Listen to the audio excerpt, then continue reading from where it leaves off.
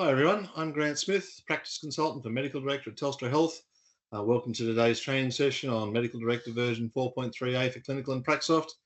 In this session, we'll walk through the latest enhancements designed to improve usability, security and efficiency in your practice. For Clinical, we'll cover updates to roles and permissions, patient records, investigations and letter writing.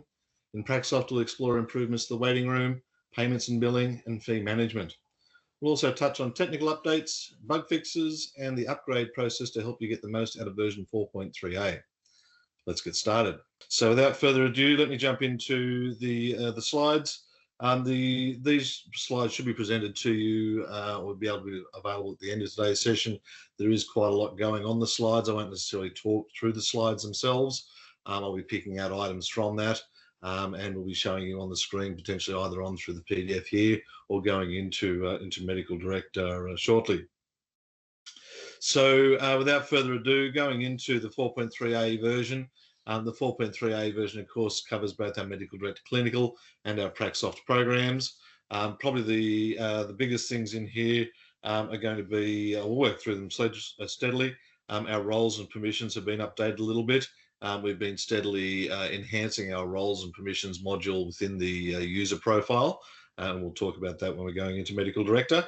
We're being able to do a bit more searching. The patient record is a bit nicer to see now in regards to larger icons. We've done a fair bit of work in regards to the inbox and holding file and investigation flow. I think we've done some good work there.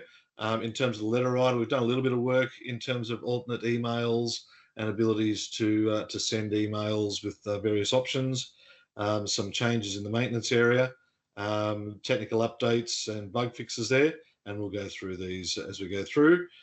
In the Pracsoft side of things, we have some new options around the waiting room. We have some new options around SMSing from the waiting room as well. We've improved some of the ad hoc functionality there. In terms of the payments and billings area, we just clarified a few areas around identifying which clinician in the record visit screen and which bank accounts things are being banked to these days with the changes around payroll tax. That's certainly a topic being done to death. I won't touch on that one too much, but certainly in the Pracsoft program, we've got some areas in the record visit screen to make that a bit more apparent for all users. We've done some bug fixes in there as well in terms of in Pracsoft, and we've changed some of those things there. And we've also got some information at the back of the pack around how we upgrade to 4.3 and things you should do prior to that 4.3 update. All right, so in terms of going into the Medical Director program, in the Medical Director Clinical, this is talking about the permissions for the ability to send emails and send password protected emails in here. If I quickly just jump into Medical Director Clinical, I'll just take my patient off the screen there. And we'll go into our main area here, our user area in here. Go to the setup users area. Of course, if you don't have access to the setup users area, you may need to have a chat to your colleagues who may have a higher user access to get into this area. Usually be the practice manager or practice owner will have access to this area. We'll highlight my user here in the system. And I'll go to here, we've got our manage permission button down there. These two buttons here, the send email and send password protected email, are the two buttons that have been added for the 4.3a module. This particular whole system here was added in 4.3. I won't sort of go through that at the moment, but certainly these are the two additional areas here for the 4.3a area that have been changed. In terms of that side of things, if we just go back into our PDF document there, that's simply talking about that process there and going then forward into searching for patients, coming back into Medical Director Clinical, closing our user screen, going into our open patient screen here. You'll see on this screen here that we've now got at the top right here, we have the option to include deceased patients, inactive patients. We can search by Medicare number and phone number. These options were here before, of course. These two options over here on the right-hand side, the phone number and Medicare number, are the new options here, so that it enables us to do a search on their Medicare number or their phone number as appropriate. Okay, in terms of moving forward from that one there, you'll notice once we're going into Medical Director Clinical, once I open up a patient's file, when I go in, you'll see at the top of the screen, the most apparent thing is the larger icon size. It's something that certainly patients or practices have been asking for a long time. We've finally had enough space in our development queue to be able to get that new icon size in. We've had those on the drawing board for a few years, so it's good to finally get those in. They are bigger than they were previously, but also now we have the option to add or remove icons if you don't use, for example, and I don't mean to pick on travel medicine, but if you, for example, don't use the travel medicine icon, which is our aircraft icon there, some of these have got a little bit of a skin change as well. You'll have noticed the skin on the old aircraft is a little bit different to this one. But certainly you'll have the ability here to add or remove buttons. So if I don't want to have the travel medicine button on here, for example, I can simply untick that and you'll see that will remove that from that option there. I also have the ability to reorder the options as well. I'm pretty much we can turn those on and off as required and turn them back on if we need to as well. All right.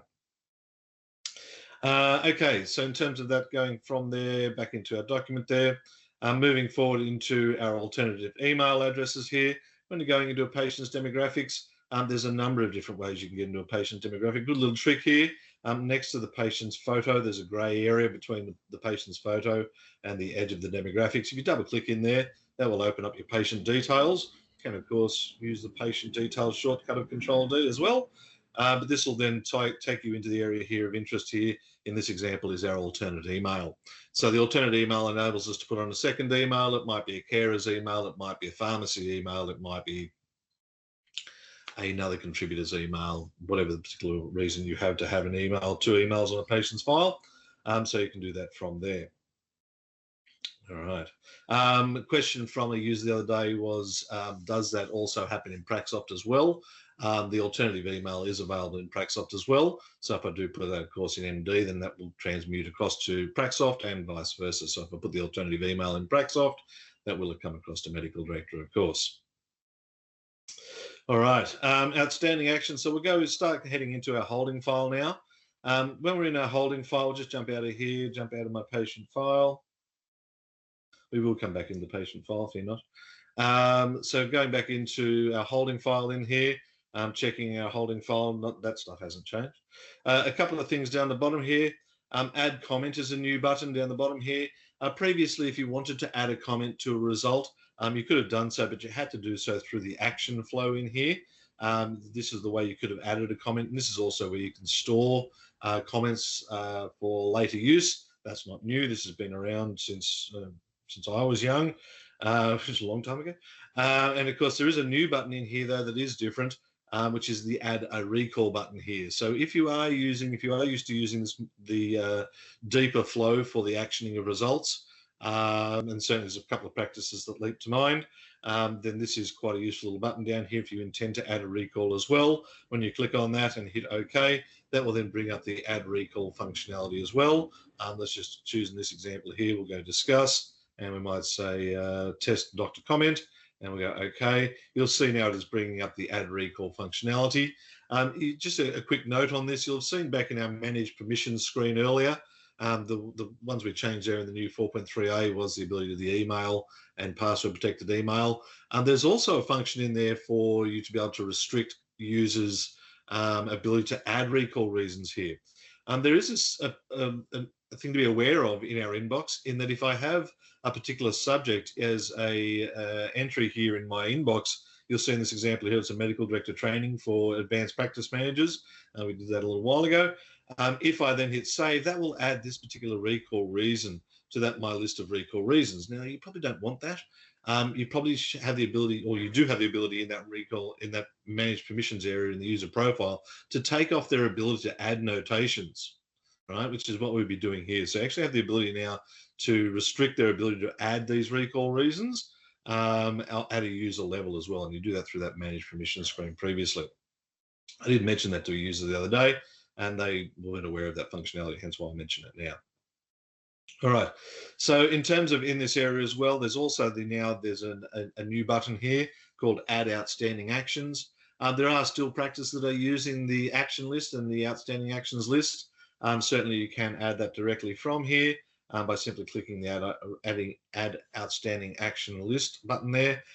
you can certainly add an item from there or free type a new reason of action for this to come up on the patient's file. You could well argue there is many similarities here between recalls and outstanding actions. I won't go down that particular pathway today. All right. Excuse me. A couple of little things in there. I just might go back in here to remind me of this if I've missed anything on that one. Adding comments there. We've mentioned that one there. The ability to add the outstanding actions. This was a good one here. This is actually, for me, one of the highlights for the 4.3a version. If we're going to do the elevator pitch of what's in 4.3a, I would talk about this. This is when we go into a patient's file. If you were eagle-eyed on our entry to the patient's file earlier, you may have seen that there is a new button here on the screen. These buttons have been very stable for a long, long time here in MedicalDirector Clinical. There is a new one. There's this button here, holding file. And this is basically giving us access to the patient's holding file. If I go have a look in my practice holding file now, this result will be in that patient's in my inbox. I can action it from here as well. I can action the patient's result from here. Note, this is only this patient's entries in the inbox. It's not my whole inbox. If I want to go have a look at my whole inbox, I don't do it inside a patient's file. I jump out of the patient's file as I would normally do so, and then go in through the main page of MedicalDirector Clinical itself. So in that respect, this, as I say, is quite a useful little function. It doesn't mean that you no longer have to do your inbox. I heard a slight cheer of the user out there going, yeah, I don't need to do my inbox ever again. No, you still need to do your inbox, unfortunately, folks. But this is a really useful function. Let's say, for example, you did your inbox at, say, 8 o'clock this morning, which is quite common that doctors will do that first thing in the morning. And then the patient comes in and sees you at 10 o'clock. It is foreseeable that the patient may have seen a laboratory or an investigations provider in the last couple of days, maybe as per your request, or obviously per your request, or a colleague's request, and you'll get some results come back in. If that result has come back in between the time of this morning and when you're seeing them, you will be able to see that result in here. All right. You can action it, as I say, from here, and that will action that in the holding file for you. All right. I think that, as I say, is the headline act for 4.3a, from my opinion. Let's jump back into our PDF there. All right, some other options there. We've already talked about that, adding a recall button there from the action results area. We might jump into our letter writer, and I'll see if I've got my connection going for my emailing in here. All right, so we're going to go into our letters area here, for example. We have, of course, down the bottom right here, our new fast launch buttons. This isn't that new. It's for 4.3 rather than 4.3a. So if we need to use a particular letter, we can use that to fast launch a letter. Let's say we have here one of our particular documents we have already created. If I wish to send this via email, you'll see up here I have my send email, but I also have this password protect attachments and send email here. This enables me to go in and choose the appropriate options in here. I also have the ability to go into the actual letter itself. So if I go into the letter writer and open, let's say we go into the letter writer and create a new letter, for example, let's go and do a specialist referral. Let's choose one of our particular labs there. Let's go cancel at the moment. Yeah, bring that information in. That's all fine. All right. Now, if I want to go send that via email, I simply come up into here, go to email, and go to send. At that stage there, I now have the ability here to change the particular password. If I were to use the default password, which is the patient's date of birth, that will come in the DDMMYYYYY format, or you can put in there a custom encryption string. It might be, a number, it might be a name, it might be an address, it might be whatever is agreed between the clinician and the patient as to what's a appropriate password there for unlock. So that enables us to do that from that area within here. All right. Very useful little function, just while I'm on it, is the ability to go from the letter writer back into the patient's file. I can just simply use the window button to go back into the patient's file. And I still have that letter going in the background. That's nothing new there. That's just a little bit of functionality that many people aren't aware of. And if I want to go back to that letter, I can do so either by using the window drop down up the top there, or by using the Control Tab button on my keyboard to flick me backwards and forwards between the two. All right, let's go back into our PDF there. All right, so in terms of alternate emails, we do have the ability here in MedicalDirector Letter Writer to actually have a new field called alternative email, which corresponds to the one that we have there in our patient demographics here. Let's put in a new email here. Let's call alt email at test.com. All right, and go save. Don't worry about that at the moment. All right, so from there, I can then go into my letter writer. Once again, let's go spec referral. We'll go back straight back into that letter there. I now want to add an alternative email in here for the patient. Let's say I just want to add that on a area on the file. I can simply go into here, alternate email for patient. And from up here, I'll then go into our patient demographics. And we should see alternate email there. All right. Simply double click that. That will then bring in the patient's email as you can see it. All right. Now, of course, I can add that into templates, of course. All right. Let's go back into the patient's file again. Oops. Wrong button. All right. So in terms of that, also whilst we're in the letter writer there, let's just jump back in there. We have a new button here, print, save, and close. Useful. Yeah, it's okay. It's not going to end my world, but it's pretty cool. I like it. The ability to just print it, save it, and obviously close the letter all in one step. Bit of efficiency there. All right, where else have we got here? We're going into filters. All right, we might jump out of the patient letter writer now. No. All right, and we'll go to our maintenance area here. So on our desktop, we should see we'll have a maintenance icon. Give me a second. We'll see a MD maintenance icon here on my desktop. Basically open that.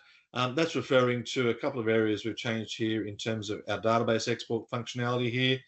Import, export. We need to obviously log in for this one. All right, when we're doing this export functionality, we have now the ability to filter on our particular option here. PDF is a new function for 4.3. I'm not sure if we covered that previously in our 4.3 updates. Certainly a new file format for us. This should include all the documentation on the patient's file. We go into next here. Here's the changes for 4.3, which is our include inactive and include deceased patients. This is enabling us to export patients or actually create our own export lists as well. If people want to get various functions or various aspects like emails or mobile numbers for patients for various, email mail outs or sort of mail merge type functionality as well. So that's where that's particularly been used. Coming back into the informational status. So if you do import a patient's file, it's going to tell you that the patient's file is set to active regardless of whether the patient was active or inactive when you export the patients. Probably the biggest issue that one would be is potentially if you're importing deceased patients' records. I'm not sure the need for importing deceased patients' records, but possible. Just be aware that it will make patients active. All right, smart visual dashboards. Smart visual dashboards isn't necessarily new to Pracsoft as such. Moving into the Pracsoft side of things. Smart visual dashboards has been around for a few versions now. We do have a bigger icon here on screen. If you do click on that, it will take you through the load up screen.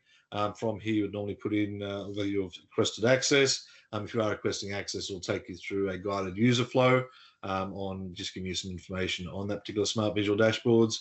Smart visual dashboards very similar to a couple other products on market, things like Cubico, sort of like Pencat, sort of like Polar, vaguely. Probably its closest analogy in marketplace is Cubico, and this is a free version within Pracsoft itself. Quite useful. One of the things that we've made sure of in the smart visual dashboards area is that all of the reports that we've put in there actually mean something. All right, there's actually some actionable insight from the report, which I found was quite useful. All right. Okay, so from in the waiting room now, the ability to add a mobile number and the ability to SMS or opt into SMS in here. We'll just jump into here now. So this is mainly will only occur if my patient doesn't have a mobile number on the system. So I'll just right click on the patient here and edit. We'll just double check to see if they have a mobile number or not. They do. We'll take their mobile number off there just for argument's sake. We'll put a landline on here for them. Let's go for 0299066633. That's our old phone, our office number. I don't know if that's still our current office number. Let's go save. If I wish to send that patient an SMS, I can simply right-click onto them there, send SMS to patient. At that stage there, it'll ask me to register. If I have registered, I've done all that sort of stuff. And from there, it'll actually ask me to come up, as I say, and put in that particular details on that screen there with that pop-up screen. All right, and also from that screen there, you also have the ability to SMS templates from that area. If you just come back into here, and say from the SMS area in here, you'll have, once you've configured your SMS account there, you have the ability there to do your templates from that screen. There'll be a pop out there for templates as well. All right, so going into waiting room list. I'm not sure how many practices are still printing their waiting list, but certainly you have the ability here to change now the printed columns that do appear on the particular printed list. If you do go down to the waiting room down here, and you do go down to our print button there, you have the ability there to change what is being printed on there. If you want to, you're welcome to do so. Choose here which particular things you wish to print, and then hit the print button, and that will print your particular waiting room list. You might want to do that if maybe you've got long-standing patients in there that haven't paid you for workers' compensation, maybe, or maybe babies awaiting Medicare numbers, maybe potentially. They're potential areas you might want to do that with. Okay. So when we're recording visit, this is about making the recording visit area a bit more clear. I think there is some value in this. This is probably more useful for the newer users of the system. Up here now in our scene by, previously we only had the code. In this example, it might have been DDA. Now we have the doctor's name in there as well. Can be useful. Of course, if we do have multiple locations, you're picking those up from those various areas. And you also have the ability in here, when we actually are doing a private claim, to have down here which particular bank that's coming from. That's certainly tied up in terms of in the user setup. We do go into our admin and we go to our practitioners here. You'll actually have on the practitioner area here your letterhead up here. That's your bank account there, and what particular letterhead you're going to use. So that's quite prevalent these days. Most practices do private charging to a large degree or less, depending on the practice. And those letterheads will contain practitioners' bank account details or ABN numbers as required to differentiate them for payroll tax purposes. Okay, let's just jump back in there. All right, so in terms of the account field there, we've seen that down the bottom there. New options to update the fees. Not sure how much traction this one needs to get, because nowadays we actually have automatic fee updates in here, but I dare say the team had that built into the system, which is good. Nowadays we can have this update fees button down here, and that will enable us to do the update of fees. We also have the ability in here to update the columns in here. So if we do go into our columns here, we actually now have the ability in our view up the top there to go into view, and we can actually choose which columns we want on. A few versions ago, forgive me whether it was 4.2 or 4.3, I think it might have been 4.3, we added a whole stack of columns in here. I think there's about an additional 16 billing columns in here. It might have been 24, don't quote me on that. Sufficient to say there's a lot more columns in here now available in the 4.3 and 4.3a version. You now have the ability to turn off some of those. If you don't want to have all those columns in there, you can go in and turn them off as appropriate. Okay. We might jump out of that area. As I say, the important thing there is you have the ability to update fees. At that stage, if you haven't already got the automated fee update done, then that will just push towards finding the latest fees for us and update that for you. Okay. Going into, talk about additional alternative emails. I'll touch on it just so we can say we've done that for continuity's sake. All right, so when we're going into edit a patient's detail in here, right click, edit patient, go into our address and phone area here, and you'll see the alternative email that I added in MedicalDirector earlier. All right. All right, so this basically moves into the admin side of the conversation about our update. Update will be emailed out to sites very shortly. So keep an eye on your email. We do stage release by state. So if your colleagues in WA have it and you are in Queensland, for example, don't panic. We do a stage release. You will generally make it available to people upon request if they want it earlier. But certainly our contact support team is available on phone or email 7 days a week on those contact details on screen. They're always available in our MedicalDirector or Pracsoft program as well, just so you know. If we go into Pracsoft and we go about, that will give us our contact phone number there and our email address for support, and also our practice ID. That information is also available in MedicalDirector. If you go into MedicalDirector, and I'll just move that information around on my screen for a moment, we'll go up to the help button there and go to about. Similar area here is going to give you our contact phone number there for our technical support and sales team. It's going to give you your practice ID, very importantly, which particular version of MDREF are you on. Our April MDREF was released this morning for the 1st of April. So in that respect, that's all available there. Jumping back in, as I say, we've got some checklist here. This will be included in our upgrade to you or in our information being sent to you. So this will basically give you our system requirements here. When we send it to you, there'll be a hyperlink there. This is basically some stuff there for your IT team to be aware of in terms of the expanded list of trusted sites. If that doesn't mean anything to you, send that through to your IT team. And in terms of the updated content there for April 2025, that's why we've got content updated there for 2025. In terms of the upgrade process there, we certainly have a little checklist here for you. And I'd like to do a bit of a shout out to my colleague, Kylie Goodman, who we'll see in a moment, who created these fantastic slides. This particular information is a bit of a postscript at this stage.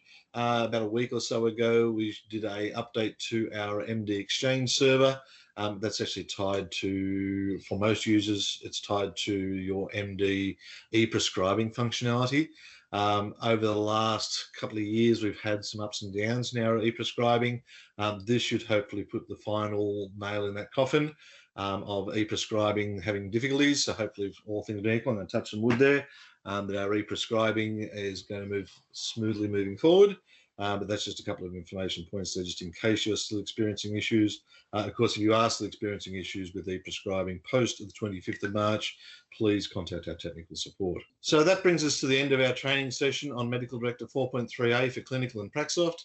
Today, we covered key updates, including enhanced roles and permissions, improved usability in patient records, investigations and letter writing, as well as important bug fixes and technical improvements.